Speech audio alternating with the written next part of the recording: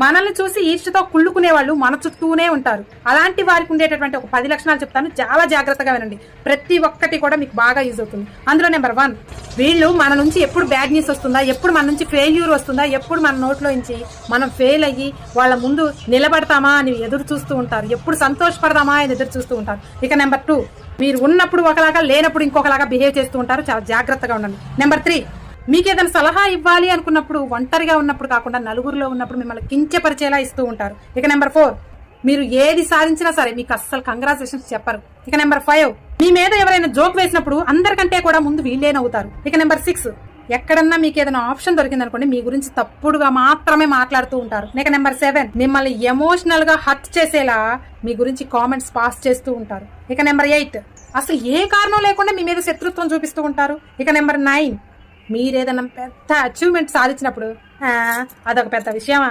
అదేమన్నా పెద్ద సక్సెసా అంటూ మిమ్మల్ని డిసప్పాయింట్ చేస్తూ ఉంటారు. ఇక లాస్ట్ అండ్ ఫైనల్ నెంబర్ 10, ఇలాంటి వాళ్ళు మీతో మాట్లాడేటప్పుడు కరెక్ట్గా మీతో ఐ కాంటాక్ట్ ఇచ్చి మాట్లాడలేరు. ఎందుకంటే వాళ్ళంతా దొంగ బుద్ధి చూపించేవాళ్ళు, మీరంటే ఈర్ష్య పడేవాళ్ళు. కాబట్టి ఈ 10 లక్షణాలు ఉన్న వాటిని వాళ్ళు మీ చుట్టుపక్కలే ఉంటారు. కాస్త జాగ్రత్తగా ఉండండి. వీడియో నచ్చితే లైక్ చేయండి. ఈ పాయింట్స్ నచ్చితే మీ కామెంట్ సెక్షన్లో ఎస్ అని కామెంట్ చేయండి. అలాగే ఇలాంటి వాళ్ళ నుంచి కాస్త జాగ్రత్తగా ఉండండి.